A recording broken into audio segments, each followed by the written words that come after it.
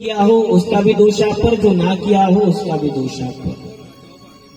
तो सबरी जी को सारे यह जलाशय में जो भी हुआ, ऋषियों ने सबरी जी को ही उसका बतला दिया कि सबरी जी के कारण ही हुआ, ये उनकी कोई माया है सबरी की। जैसे ही सारे ऋषियों को पता चला कि भगवान श्री रामचंद्र माता सबरी के आश्रम में, तुरंत सारे ऋषिगण इकट्ठे होकर वहां पहुंच गए। चलो इसी बहाने भगवान के दर्शन भी हो जाएंगे और भगवान से सबरी जी के सारे कृत्य को भी बतलाएंगे कि देखो कितनी मायावी है। हम जिस जगह पे जाके शुद्ध जल था, स्नान करते थे, वहां पर ही इसने सब अपनी माया कर दी। सभी बातें जाकर ऋषियों ने भगवान श्री रामचंद्र से कहा कि प्रभु इस सबरी के आप झूठे बेर खा रहे हो। कहा ये इसको ना नहाना ना धोना कुछ, इसके कुछ भी नहीं है ये तो। कहा कि बेर लेके आ गई, ना उसको धोई ना कुछ करी, और ऊपर से झूठा कर करके खिला रही और आप वही खा रहे हो। भगवान ने कहा कि क्या हुआ, आप लोग इतने क्रोधित क्यों हैं भाई। सारी बातें उन ऋषियों ने भगवान को कहा कि देखो ऐसी ऐसी बात है प्रभु, और अब इससे कहो कि अपनी माया वहां से हटा लो। भगवान कहते हैं ठीक है चलो आप मुझे भी तो दिखाओ। भगवान प्रभु श्री रामचंद्र ऋषियों के साथ उसी जलाशय के समीप गए। अब सब लोगों ने उनसे निवेदन किया कि प्रभु देखो आपके चरणों की केवल धूल मात्र से पाषाण अहिल्या का उद्धार हो गया, वह भी नारी में बदल गई। तो ये तो जलाशय है महाराज, इसको भी तार दो जिससे हमारा जीवन यापन भी हो सके, हम यज्ञ अनुष्ठान में करने से पहले यहाँ पे स्नान इत्यादि कर सके, ऐसा जल कर दो। अब जैसे ही भगवान राम ने उस जलाशय में अपना पैर एक डाला ही था, तो उसके और जीव भयंकर बड़े बड़े हो गए। जो जल था, जो लाल हो चुका था, वो खून में बदल गया। सभी को फिर बड़ा आश्चर्य हुआ, ये भगवान, आश्चर्य हो गया कि हमने जिनके बारे में सुना है क्या ये वही राम है।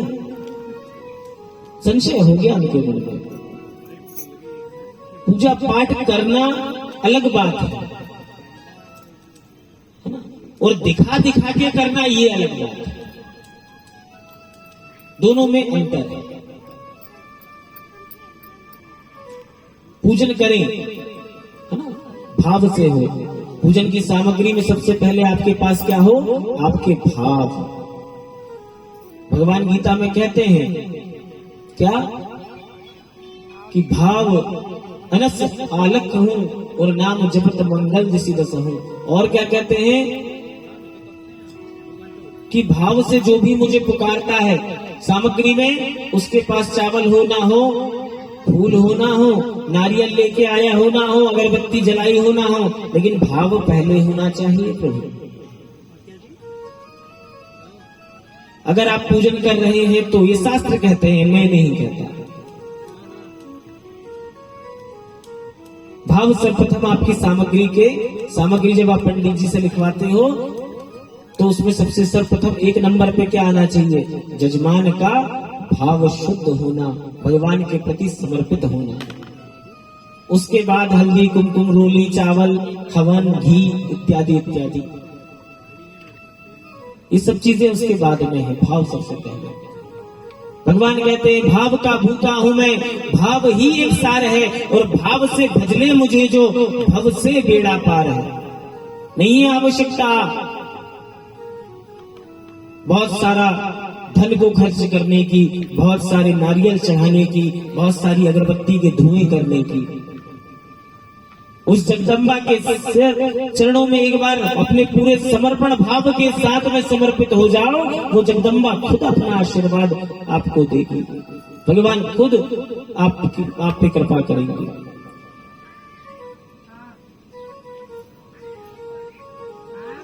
भगवान ने तुरंत ऋषियों को कहा देखो ये मेरे बस की बात नहीं। भगवान भी ये करते हैं कि अपने जहां भक्त का अपमान हो रहा है, भगवान भी उन दुष्टों की सहायता नहीं करते, अपने भक्त के साथ में खड़े रहते हैं, सबरी के साथ में खड़े रहे। ऋषियों को कहा कि जाओ ये मेरे बस की बात नहीं, सबरी को लेकर आओ यहाँ पर। सारे ऋषिगणों ने माता सबरी को वहां लेकर आए, और जैसे ही माता शबरी ने अंगूठे का एक नाखून उस जलाशय में डुबोया ही था कि वापस पूरा जलाशय नील कमल की तरह पवित्र हो गया। ये भक्ति है। और भगवान तब मिलते हैं कि जब हम पागल बनकर भक्ति करें।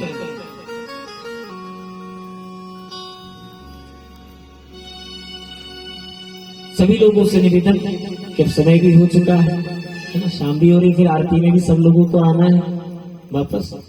तो कथा को यहीं पर अभी विराम देके कल ठीक 2 बजे से कथा प्रारंभ होगी। आज थोड़ा समय के साथ इधर उधर हो गया, थोड़ा लेट कथा प्रारंभ हुई है। कल ठीक 2 बजे कथा प्रारंभ आप हो जाए। आप सभी लोगों से निवेदन कि आप जब कथा होती है हमारे नगर में, हमारे शहर में, तो कथा सुनने का जितना पुण्य नहीं प्राप्त होता, उससे ज्यादा कथा सुनवाने का पुण्य प्राप्त होता है।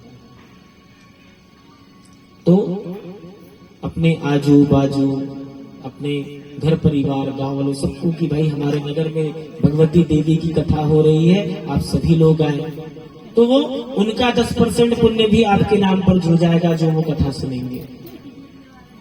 इसलिए सभी लोगों से निवेदन कि शीघ्र से अतिशीघ्र समय का ध्यान रखते हुए रात्रिकालीन आरती 8:30 बजे होगी ही होगी, प्रारंभ हो जाएगी। सभी लोग उसमें भी उपस्थित होंगे। और कल 2 बजे से पुनः श्रीमद देवी भागवत का कथा वाचन यहाँ से होगा। आप लोग श्रवण पान करने हेतु जरूर पधारें। बोलिए जगदम्बा मैया की।